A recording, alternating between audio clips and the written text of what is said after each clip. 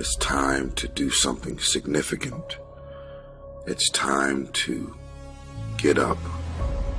It's time to get back into being significant. Just woke up. You gotta do what you gotta do. What are you gonna do today to walk towards your goal? Everybody wants the prize, but nobody loves the process.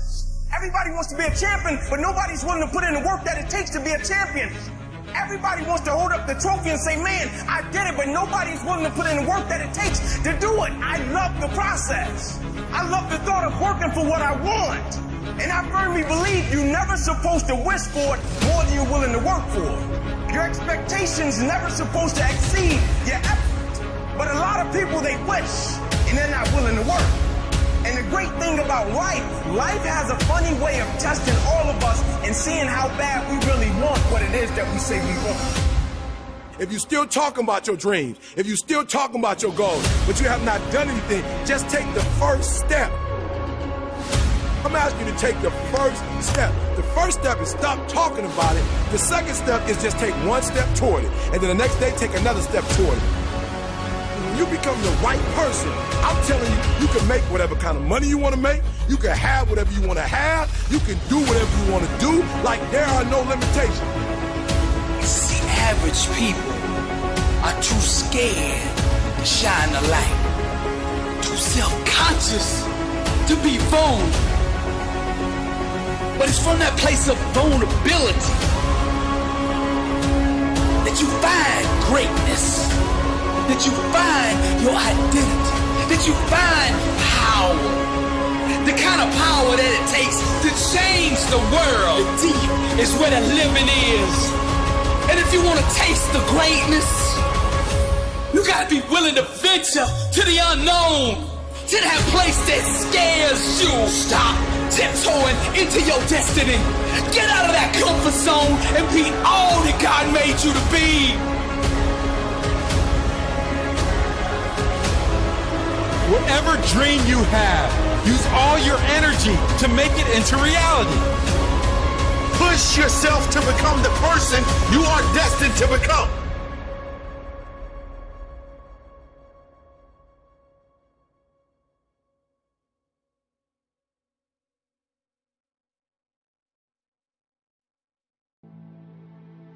It's not easy.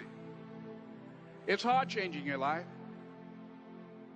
I'm talking about a problem in my life. So for you, I don't know what it is, but that problem, you cannot ignore it. Why? It will not go away. It will not go away on its own. It will not. You won't just wake up one day and it won't be there anymore. It's going to be there and it will haunt you for the rest of your life. So I'm telling you from personal experience, deal with it. Deal with it. And the sooner you deal with it and the sooner you overcome it, the sooner you get to your rewards, baby. The sooner you get on the other side of it, the sooner you begin to feel fulfillment. The sooner you get on the other side is self-actualization. Your dreams become a reality. The sooner you get on the other side of the problem is a wealth of success. The sooner you deal with the fact that you have test anxiety, deal with it. It's not the end of the world. Deal with it. Because when you deal with it, you can create a solution for it and you can get over it. Deal with it. That you and your children don't have the best relationship. Deal with it.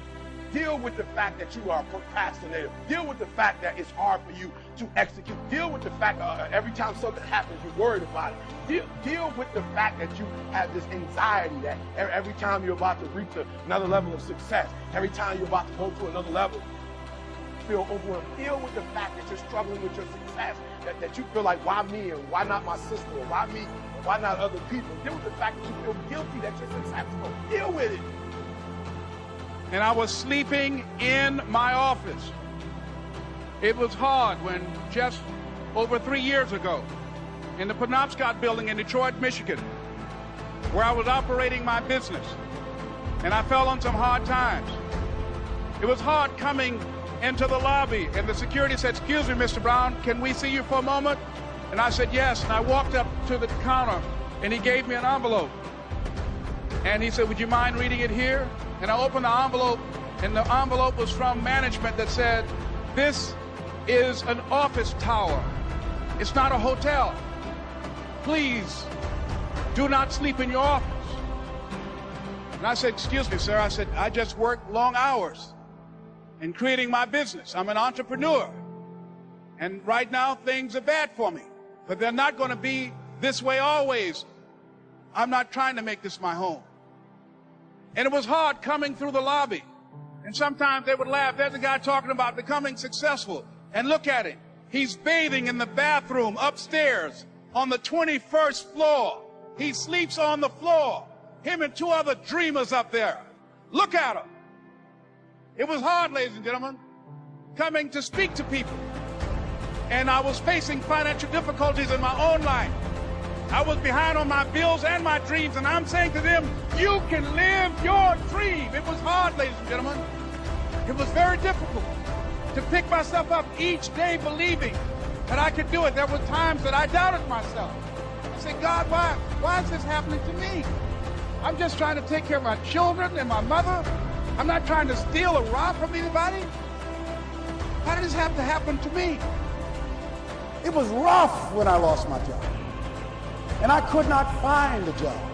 It was humiliating and embarrassing, borrowing money. And then I couldn't pay the money back when I told them I would. That's rough.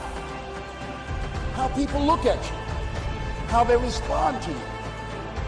It's very hard.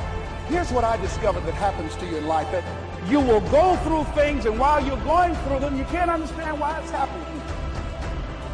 But after you go through it, you get back and you look at it and you say, oh, now I understand why I needed that lesson.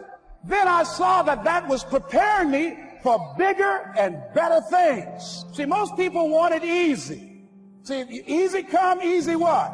Easy go. Learning those things that you don't like to do. But you know that in order for you to get where you want to go, this is one of the hoops that you have to flip through. And I'm saying to you, whatever you got to do it, because if you don't, life is going to whoop you until you surrender. How do you hang in there during the hard, difficult times? Les, you must have faith. You've got to believe in yourself. You've got to believe in your abilities. You've got to believe in your service, your company, your ideas. Unquestionably, you've got to have faith, and that faith gives you patience. That it's not going to happen as quickly as you want it to happen. A lot of things are going to happen that will catch you off guard. And so therefore you've got to deal with and handle it as it comes. And not only that, but that faith and patience drives you into action. You've got to keep moving. Be yourself, everyone else is taken. Well, that really speaks to the power of being an original. It speaks to this concept of authenticity, being yourself. I mean, we live in a world where there has never been so much of a seduction to be like everyone else. There's never been so much influence and hypnosis through the social media and through society to talk in a certain way, to walk in a certain way, to buy certain things, to measure your success by the same philosophy. And what I'm encouraging you to do, based on this Oscar Wilde quote, is to be yourself. I mean, talk your talk, walk your walk. Take the time to reflect on your dream. Be true to your own values, because life's greatest heartbreak is self-betrayal. Never underestimate the power of influence. What an important statement. The influence of those around us is so powerful. Many times we don't even realize we're being strongly influenced because it generally develops over an extended period of time. Peer pressure is an especially powerful form of influence because it is so subtle. If you're around people who spend all they make, chances are excellent that you'll spend all you make. If you're around people who go to more ball games than concerts, chances are excellent that you'll do the same. If you're around people who don't read many books, chances are excellent you won't read many books. People around us can keep nudging us off course a little at a time until finally, 10 years from now, we find ourselves asking, how did I get here?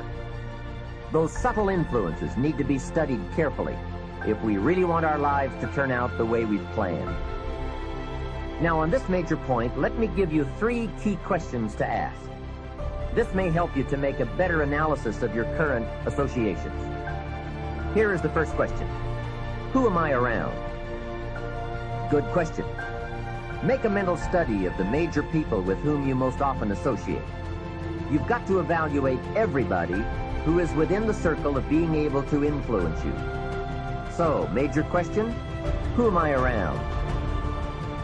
Next question, what are they doing to me? That's a major question to ask. What have they got me doing? What have they got me listening to? What have they got me reading? Where have they got me going? What have they got me thinking? How have they got me talking? And how have they got me feeling? What have they got me saying? You've just got to make a serious study of how others are influencing you, both negatively and positively. Now, maybe the influence of all those around you is okay, but just ask yourself, it doesn't hurt to ask, who am I around, and what are they doing to me? Now, here's the final question, is that okay? Maybe the people you associate with and their collective influence is okay, but then again, maybe it's not. All I'm suggesting here is that you take a close and objective look. Everything is worth a second look, especially the power of influence. Positive influence can have an incredible effect on your life, but so can negative influence. Both will take you somewhere, but only one will take you in the direction you truly wish to go. It's so easy just to dismiss the things that influence our lives. The man says, I live here, but I don't think it matters. I'm around these people, but I don't think it hurts. I would take another look at that. I've got a good phrase for you. Everything matters. Now, sure, some things matter more than others, but everything matters. Everything weighs something. So you've got to keep checking to find out whether associations are tipping the scales toward the positive or toward the negative. It doesn't hurt to look, right? Ignorance is never the best policy. Finding out is the best policy. Remember, part of the purpose of this program is to get us to say, the days of kidding myself are over. I really want to know what I have become and what I am becoming. I want to know where my strengths and my weaknesses lie. What has power over me? What's influencing me? What have I allowed to affect my life?